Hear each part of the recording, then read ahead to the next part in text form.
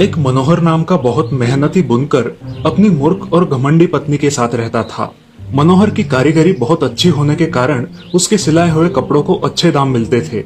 उसकी कपड़े बुनने की मशीन पूरी लकड़ियों से बनी थी।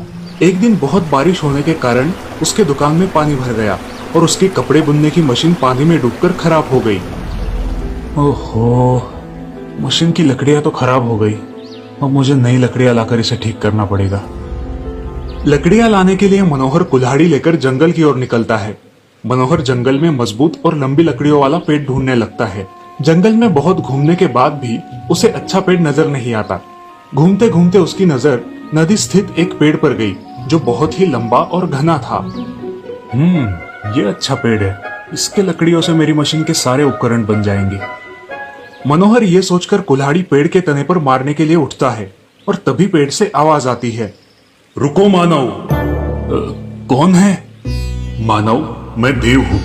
मैं इस वृक्ष पर आनंद से रहता हूँ और नदी के किनारे शीतल हवा का आनंद लेता हूँ, और वैसे भी वृक्ष काटना उचित नहीं है। मैं भी लाचार हूँ प्रभु। इस पेड़ की लकड़ियाँ मेरे मशीन के लिए अच्छी है। लकड़ियों के बिना मेरे मशीन के उपकरण नहीं बनेंगे और मेरा कपड़ा नहीं बुनेगा। प्रभु, मेरा परिवार भूखा मर जाएगा, इसलिए मैं इस वृक्ष की शाखाएं काटने के लिए विवश हूँ प्रभु।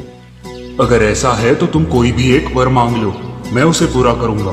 केवल तुम इस वृक्ष को मत तोड़ो। प्रभु, यदि यही बात है तो मुझे सोचने के लिए एक दिन का समय चाहिए। मैं मेरी पत्नी और मित्र से सलाह करके आपसे वर मांगूंगा।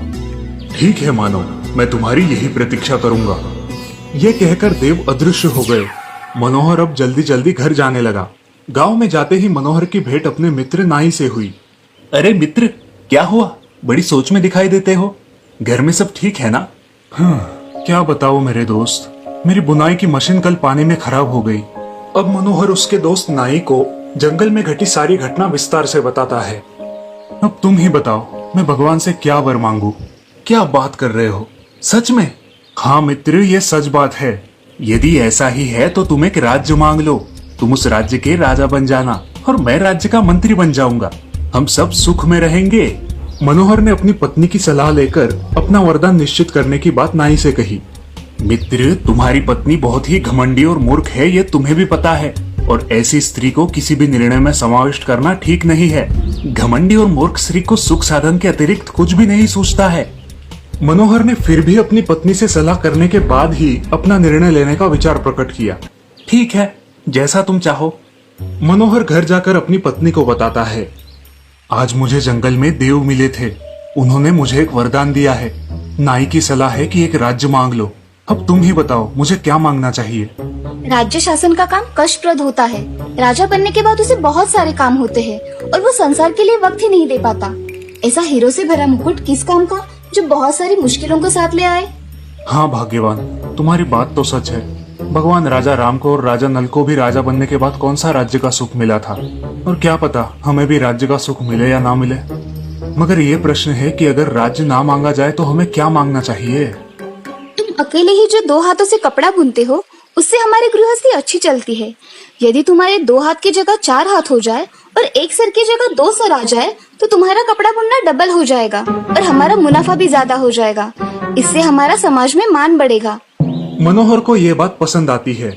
अब वो जंगल में पेड़ के पास जाता है और वहाँ भगवान प्रकट होते हैं। आओ मानव, बोलो, तुम्हें क्या वरदान चाहिए? प्रभु, मुझे 2 सिर और 4 हाथ चाहिए। मानव, तुम 2 सिर और 4 हाथों का क्या करोगे? प्रभु, इससे मेरा समाज में मान बढ़ेगा और ज्यादा कपड़े बुनकर मैं दुगना पैसा कमाऊंगा। भगवान मन ही मन हंसते हैं और कहते हैं कि मानव की बुद्धि कुछ भी मांग सकती है। तथास्तु। भगवान मनोहर को वरदान देकर लुप्त हो जाते हैं। अब मनोहर को 2 सिर और 4 हाथ आ जाते हैं। मनोहर गांव में जाता है तो छोटे छोटे बच्चे उसे देखकर डर जाते हैं। सभी लोग भी मनोहर का ये रूप देखकर डर जाते हैं और भागने लगते हैं। तभी गांव के 4-5 लोग लकड़ियां लेकर आते हैं और मनोहर को बहुत मारते हैं। उन लोगों की मार खाकर मनोहर बेहोश पड़ जाता है। ये बात उसकी पत्नी को पता चलती है।